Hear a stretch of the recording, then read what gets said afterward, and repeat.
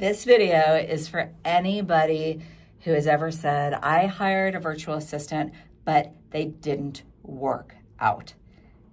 Have you ever heard that before? Have you ever said that before? I hired someone from fill in the blank. It could be India, Africa, the Philippines, but they didn't work out. So I didn't do it again.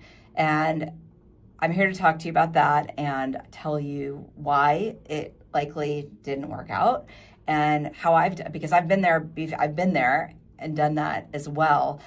I've been working on figuring out and cracking the code, working with offshore talent. It's been 5 years in the making, and I'm here to share with you best practices and how to do it so you can grow your business in a way that will change your life. It's completely changed mine. Now I have a growing, thriving business. I am the only person in the US in my business. I have a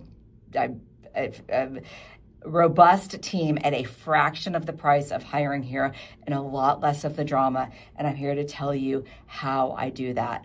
I'm Diane Prince. I built a business from scratch that I grew and sold for $28 million in 6 years. Since then, I've built several other businesses. And for the last 10 years, I've been consulting and coaching other founders, business owners on how to grow their businesses.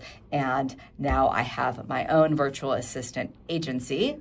And I'm here to tell you how, whether you use us or whether you use another virtual assistant agency, whether you hire someone straight from Fiverr or Upwork, how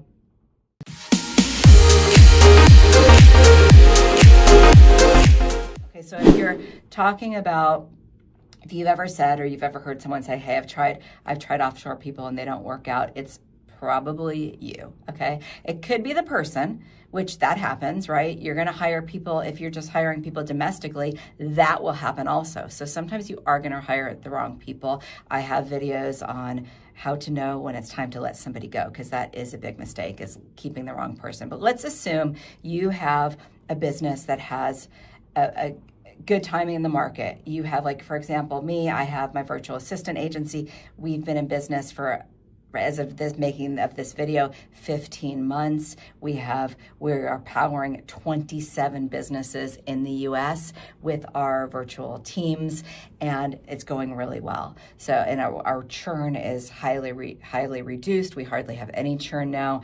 And so now I know that's an example of proof of concept. All right, so you have to have proof of concept. You have to have the business that, a business that you know is going to grow first and foremost. And then what happens? What could be going wrong with your virtual assistants? And a lot of times I wanted to crack the code, right? And by the way, if you like this video, maybe it's too soon to know, but make sure to hit like and subscribe to my YouTube channel. My vision and my what I want to do is make entrepreneurship easier for anyone who wants to start and grow a business.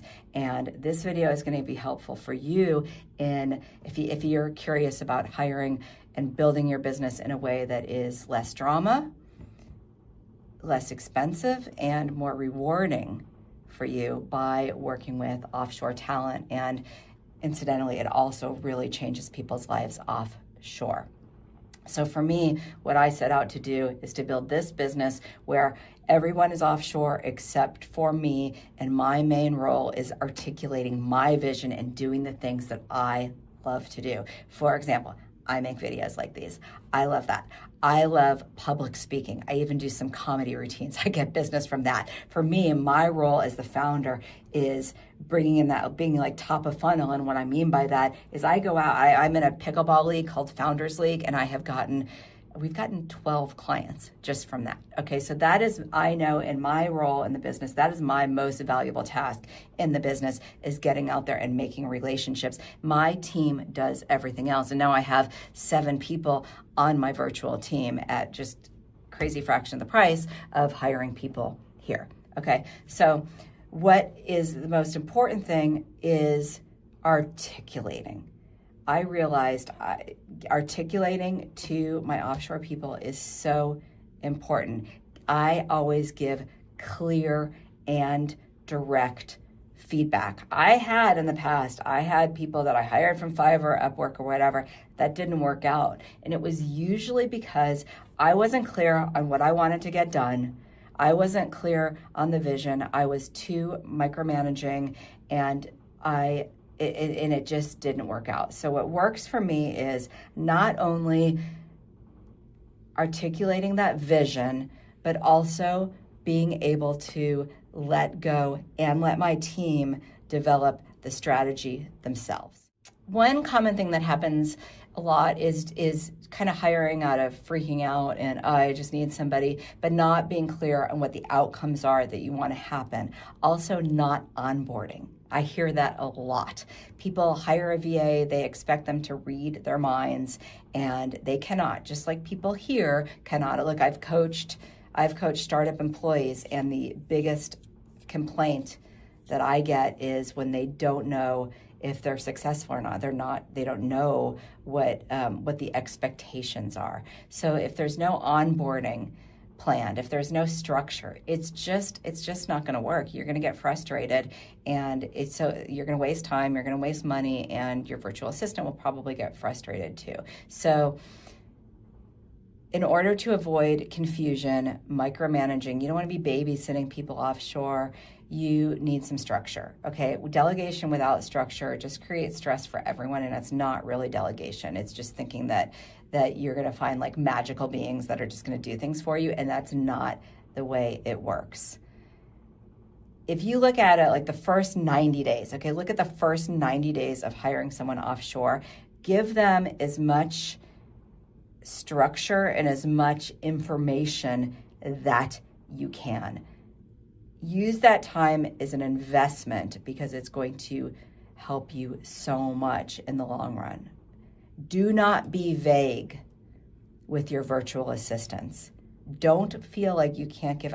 For me, at the beginning when I was working with my team, I kept on telling them, hey, you guys, because I kind of felt like, am I being like kind of a B word here? Because I was so clear. But they always said, no, we appreciate it. And they do. I clarify, say, I'm going to be very direct.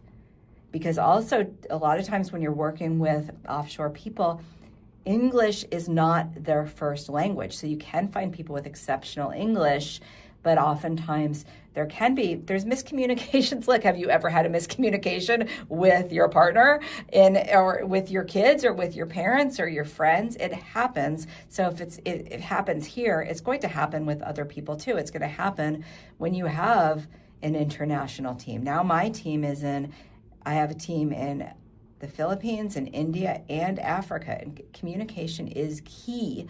And when you have that communication, absolutely phenomenal things can happen, okay? So sometimes VAs don't work out if you're vague and you just expect them to read your mind, or you kind of forget it. You kind of forget about them and you just kind of like don't want to deal with and manage them. That's generally can be a problem too if you haven't really clarified this is what I need and these are the outcomes, and you're not working with any kind of agency or anyone to help to put the guardrails around it. So systems are built after your outcomes are clear. I'm not saying that you have to build the systems yourself. I am not great at building systems. I hire people to build my systems, but I am super clear on what I want the outcome to be and what my expectations are. So instead of delegating chaos, I look at it as defining the direction. So I stopped hiring for tasks. Now, sometimes we do hire for tasks, but now my virtual assistants hire other virtual assistants for tasks. I hire for outcomes. So I hire the top level people, I communicate with them, and then they own the delegation. They own that the tasks are getting done. Okay? It's about creating clarity, having a clear map of responsibilities. And I do not always make that map. I work with my virtual assistants. They help me strategize. They help me make the map of delegation. You don't have to do all of this yourself. Communicate. Show up to meetings with your offshore team. Be reliable. I am always on time. We always start our meetings on time, and we always end them on time. Provide updates. At a certain point, I heard one founder say once, at a certain point, her role changed completely from doing things to making sure in the morning that her team had what they needed. provide updates, give feedback, share expectations, be accountable yourself, and know that their accountability, your team's accountability, isn't just about chasing you and getting answers. Let your team make decisions. Let them answer their own questions. I told my team, I just went on vacation, and I told my team I didn't even bring my computer. And it was not just because I wanted to unplug, it was more of an exercise for me and not micromanaging, and also for my team on being empowered, okay? You don't need to be super organized. You need systems. You need people who support you. And I'm not a super organized person, but my team keeps me organized, and I let them.